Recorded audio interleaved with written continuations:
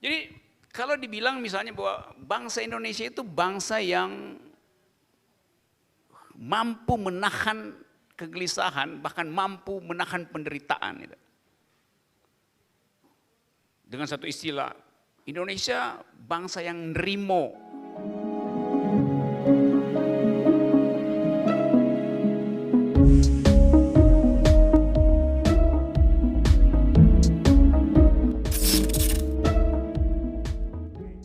Tapi tema kali ini sebenarnya memang harus menjadi perhatian untuk kita semua. Teknologi, humanisme, dan arah kebudayaan. Dan juga sebagaimana semua hal, selalu ada dua sisi, positif dan negatif. Jadi dengan teknologi yang modern, dengan kita bisa berkomunikasi dari tangan, hitungan detik bisa kirim ke seluruh dunia. Kalau kita meninggalkan legasi hal-hal yang positif, itu akan diingat sepanjang masa, dan ini yang dinamakan jejak digital. Jejak digital ini bisa dahsyat sekali positif, tapi juga kalau orang yang lupa apa yang dia sebut, dia katakan beberapa bulan yang lalu, beberapa tahun yang lalu, yang sekarang tindakannya terbalik 180 derajat, itu bisa menjadi olok-olokan. Kita kan tahu ada yang 2 tahun, 3 tahun yang lalu ngomongnya A, sekarang B. Nggak usah disebut namanya ya. Iya. Terlalu banyak. Banyak, ya. Jadi itu jejak digital.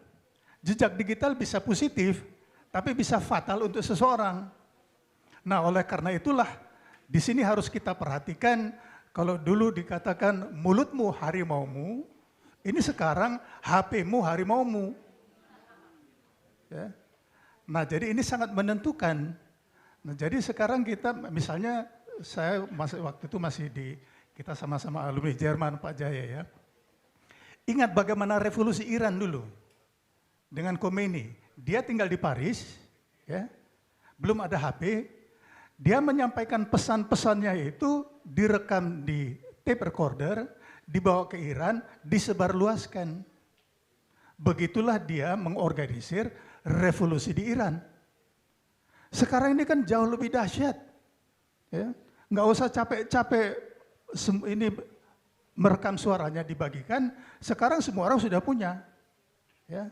Apalagi sekarang ini teknologinya luar biasa dengan live streaming. Dengan kita berbicara di satu tempat, itu otomatis bisa ditangkap di seluruh dunia. Jadi ini hal-hal yang sangat positif, tapi bisa juga negatif. Bisa membangun, bisa menghancurkan.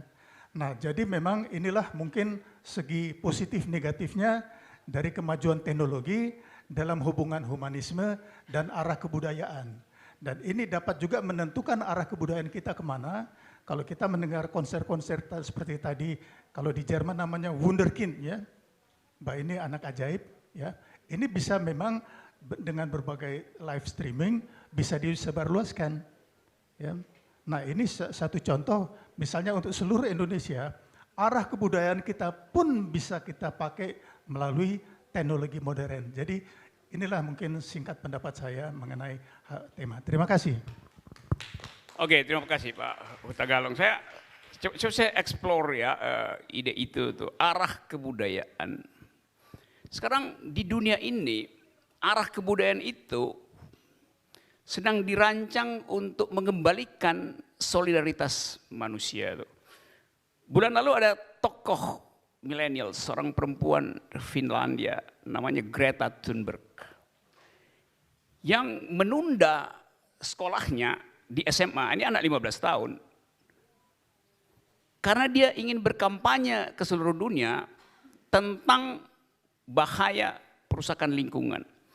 Dan dia berhasil mengumpulkan 240 juta manusia di dunia untuk melakukan yang disebut sebagai climate strike. Pokoknya demo untuk membela lingkungan. Perempuan berumur 15 tahun. Yang menganggap bahwa kapital itu, industri-industri besar, korporasi-korporasi besar, apalagi di bidang ekstraktif, itu membatalkan ide tentang kesetaraan manusia karena eksploitasi yang berlebihan itu dengan akibat kerusakan lingkungan. Anak ini, perempuan ini kemudian dinobatkan sebagai Person of the Year dari majalah Time. Dan kita ingat itu sebagai simbol baru dari perlawanan terhadap kerakusan manusia. Nah, yang kedua tadi kemarin saya baca satu, udah lama sebetulnya paper itu saya baru baca ulang. Statement resmi dari Paus Fransiskus yang dengan tegas mengatakan bahwa dunia ini sedang dirusak oleh kapitalisme. Jadi dua-duanya adalah arogansi. Akumulasi kapital, bukan kapitalnya yang arogan, tapi bukan kapitalnya yang merusak, tapi arogansi orang yang menggunakan kapital gitu. Jadi arogansi modal dan arogansi kekuasaan membuat manusia itu kehilangan otentisitasnya. Nah, kita ada di dalam suasana itu juga sekarang. Anak perempuan 15 tahun bicara di dunia, mengedarkan tata bahasa baru tentang environmental ethics. Sementara di kita satu-satunya isu adalah pindahkan ibu kota ke Kalimantan yang udah pasti merusak lingkungan itu. Jadi ada yang nggak nyambung antara global ideas tentang kesehatan perlindungan lingkungan dan satu-satunya tata bahasa kita adalah pindahkan beton ke sarang burung di Kalimantan. Dengan kata lain, usir burungnya itu. Dan itu kemudian dibenarkan oleh Omnibus Law tadi itu. Yang kita persoalkan panjang lebar berhari-hari. Itu adalah, saya baca sinopsis dari hukum itu, undang-undang itu.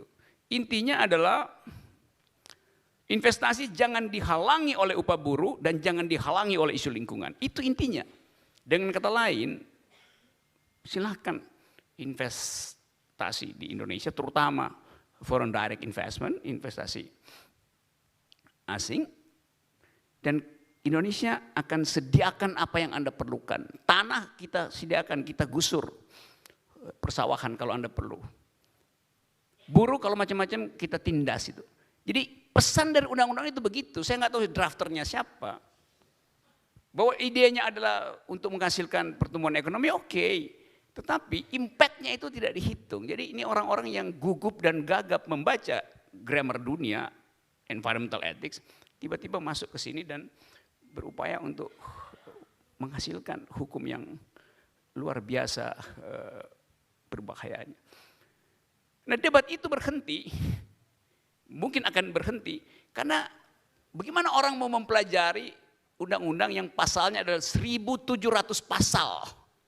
Ini baru bidang tenaga kerja, masih ada bidang pajak, masih ada bidang macam-macam. 1.700 pasal yang harus selesai dalam waktu 100 hari ke depan. Apakah ini membuat kita menjadi akrab kembali sebagai manusia? Karena kita akan sering curiga, siapa yang menitipkan pasal tentang pemberangusan pers, pemberatan pidana pers, siapa yang mengizinkan pasal tentang penurunan upah buruh, padahal undang-undang buruh kita itu undang-undang yang idenya adalah solidaritas. Jadi persoalan ini masih akan betul-betul kita bicarakan, dan itu yang membuat kita mungkin akan terbelah lagi sebagai warga negara, karena akan ada konflik besar-besaran di situ antara buruh dan pengusaha. Dan kita nggak tahu asal usulnya dari mana, apa presiden punya ide atau presiden mungkin cuma kasih gagasan lalu drafternya karena kekurangan pengetahuan pianissimo tiba-tiba dia rancang undang-undang yang crescendo, yang segala macam semacam itu. Jadi keadaan itu yang kita hadapi sekarang. Kita ingin agar supaya forum-forum semacam ini memulihkan kembali dimensi humanity kita, supaya kita satu waktu bisa mengatakan bahwa keadilan sosial Pancasila sudah dijalankan. Saya tadi baca kolom dari Pak Jaya di Republik RMOL, dia bilang bahwa ini tanggal 29 Februari, tanggal yang tidak adil bagi mereka yang berulang tahun karena hanya 4 tahun sekali bisa merayakan. Jadi 29 Februari itu tanggal yang bertentangan dengan Pancasila itu ya. Oke, teman-teman itu komentar saya. Pak Jaya, silakan. Ya, akhirnya kembali lagi rupanya pemilihan lagu Beauty and the Beast itu memang adalah tema peradaban manusia. Tadi beliau bilang tentang kapitalisme, ya, dan beliau bilang juga tentang humanisme. Sebenarnya ini adalah pertarungan sejak awal manusia mulai beradab. Sejak manusia mulai beradab, masalahnya bukan cari makan, ya, bukan lagi cari rumah karena sudah punya makan dan punya cukup dan tetapi adalah pertarungan antara the beauty melawan the beast. Itu dari dulu. Saya sedih sekali sebetulnya ya. Sejak tahun 2016 itu kan saya memang mencoba mendalami apa yang disebut sebagai kemanusiaan. Ya, saya sedih sekali karena sebetulnya ya, Pak Utagalung, apakah pas sila kedua itu masih perlu? Rasanya nggak enak, Pak, karena ada tetapi dianggap tidak ada. Itu yang menyakitkan. Lebih baik nggak ada, sudah. Tapi ini ada tetapi dianggap tidak ada. Semua keputusan-keputusan itu, kebijakan-kebijakan mengesampingkan kemanusiaan adil dan beradab, bahkan kemanusiaan adil dan beradab dianggap penghalang pembangunan. Itu saya alami sendiri dan saya saksikan dengan mata kepala saya sendiri. Bagaimana warga digusur secara sempurna melanggar hukum. Bukan melanggar hukum, tapi secara sempurna. Yang bilang bukan saya, yang bilang Profesor Mahfud dan Menteri Hukum dan HAM Yasona Lauli. Tetapi, walaupun beliau sudah bilang, tetap dilakukan.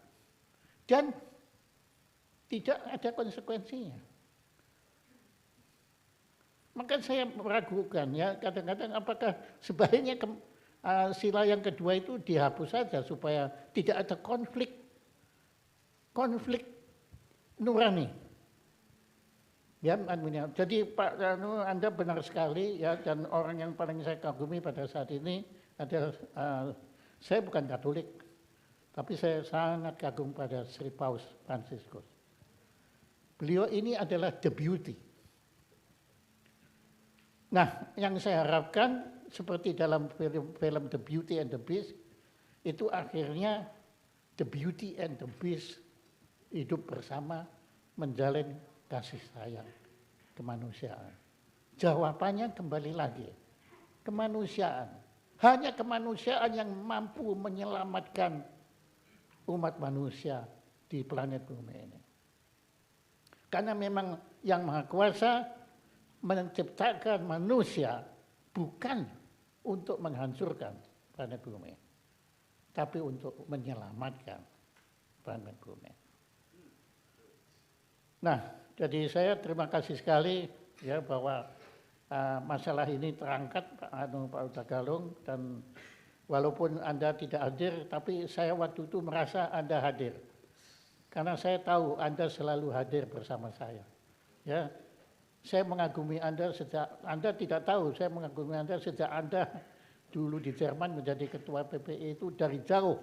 Saya mengagumi Anda. Ya, Anda nggak kenal saya nobody. Ya, tapi saya mengagumi dan saya belajar dari Anda tentang kedaulatan bangsa ini.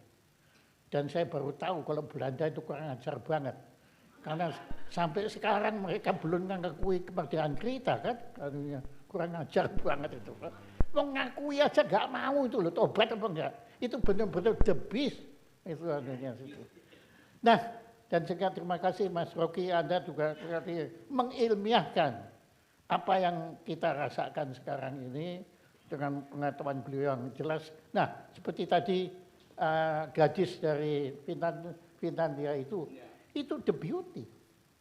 Sekarang ini pertarungan antara the beauty melawan the beast. Dan tadi seperti Michael sudah mainkan, memang waktu crash suaranya bising. Tapi begitu sampai ke aduh, saya tadi menangis terus.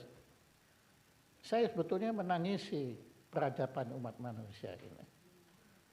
Ya, bagaimana kemanusiaan itu dianggap sesuatu yang nggak perlu lagi, bahkan dianggap sebagai penghalang peradaban. Wah, itu dosa besar sekali itu ya. Tapi saya tidak punya hak menyatakannya. Benar itu.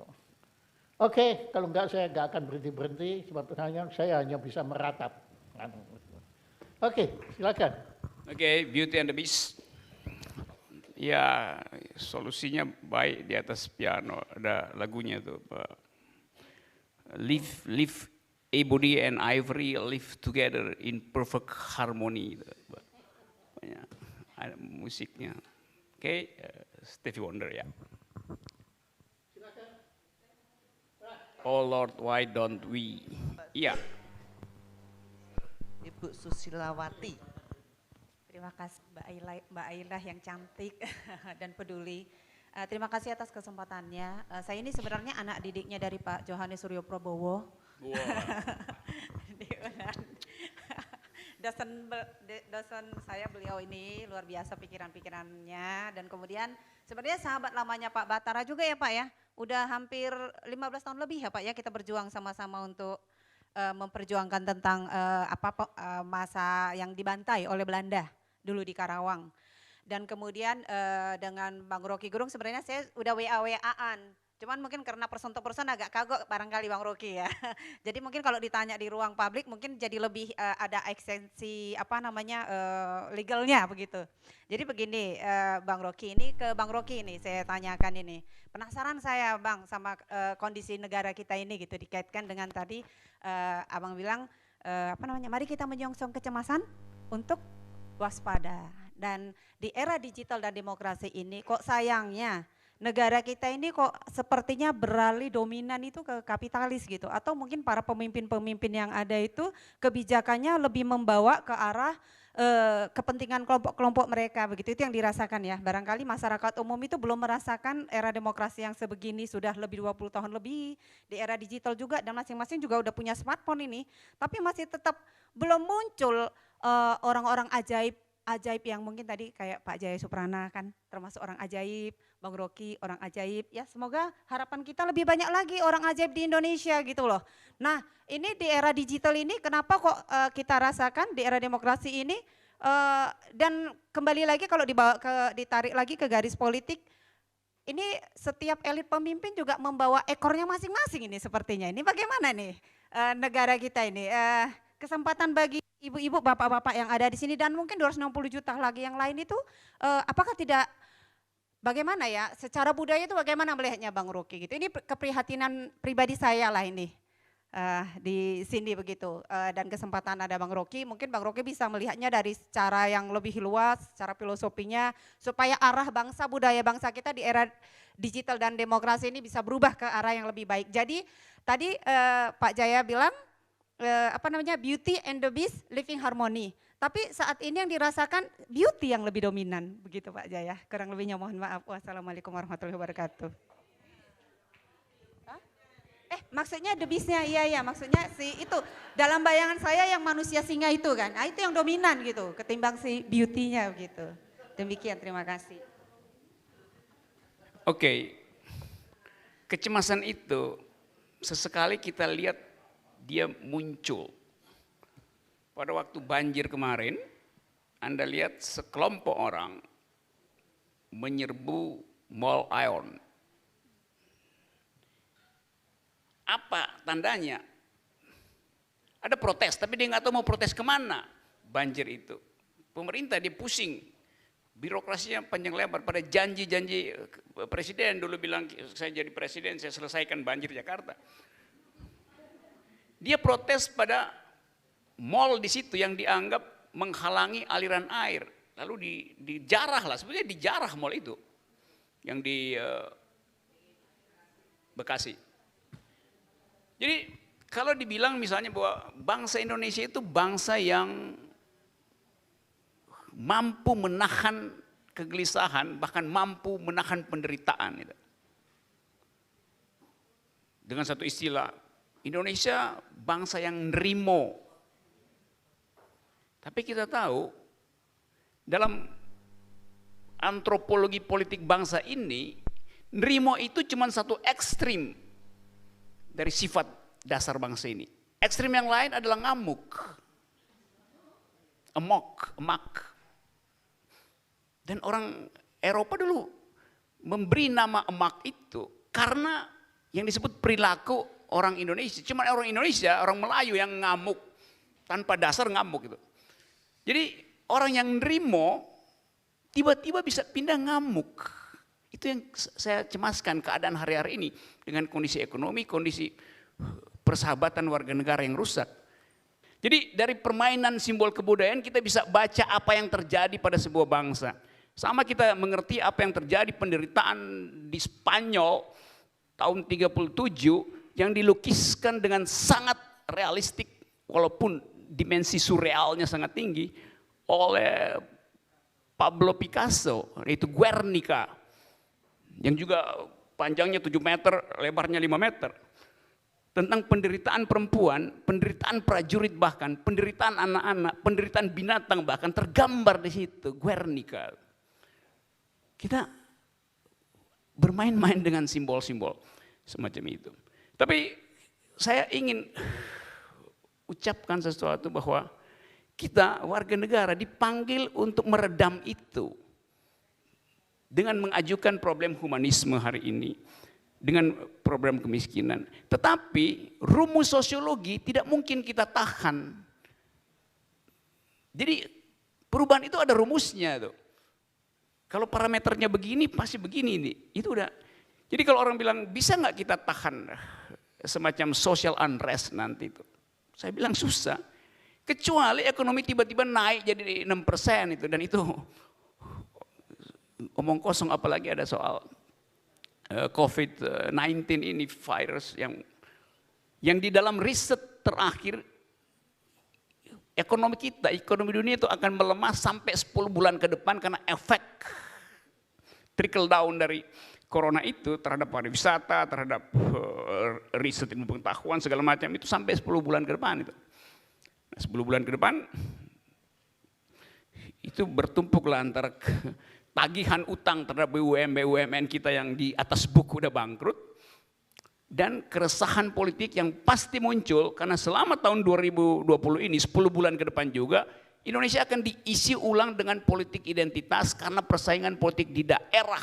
Pemilihan ada 170 pemilu di daerah nanti. Karena itu saya ajukan problem ini supaya kita punya semacam stok energi batin untuk nanti berhadapan dengan stok energi the beast yang akan monopoli pembicaraan politik selama 10 bulan ke depan. Jadi saya nggak tahu apa yang akan terjadi. Kalau kata musik kue sera-sera, the future's not ours to see. Oke.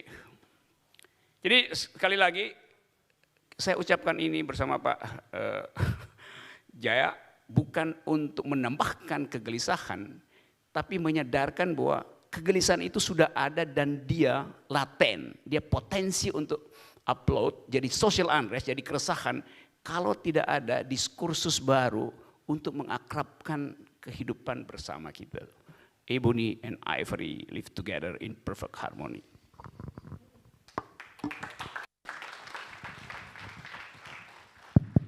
Walaupun pertanyaannya diajukan ke Pak Rocky, tapi saya memberanikan diri untuk ikut menjawab.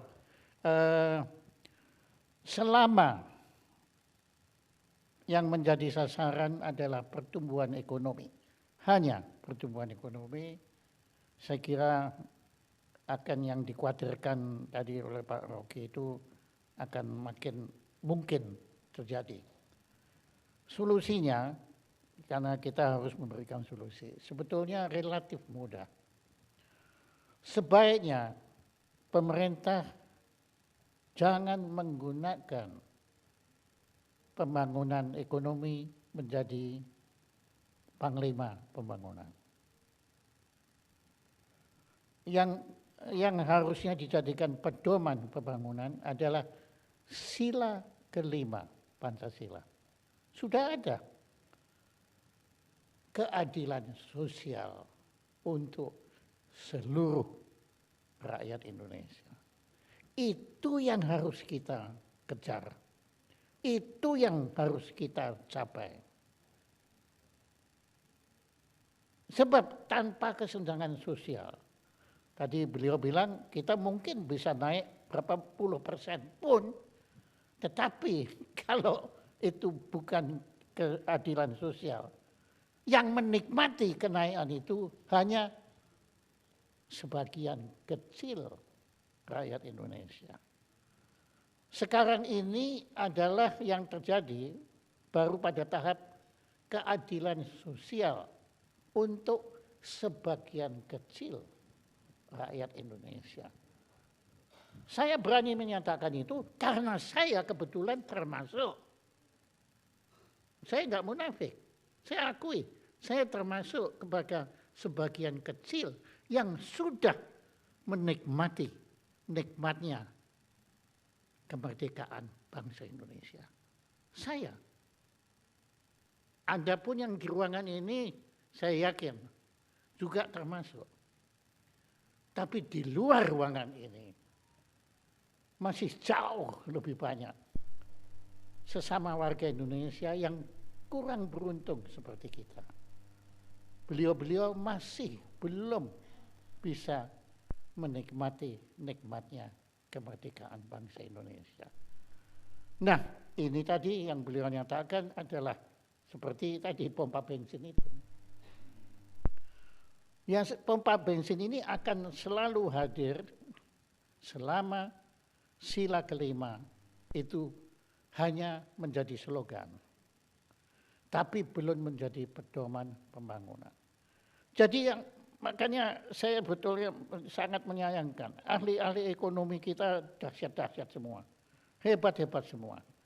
Kenapa kok tidak mau menggunakan keadilan sosial untuk seluruh rakyat Indonesia sebagai pedoman pembangunan?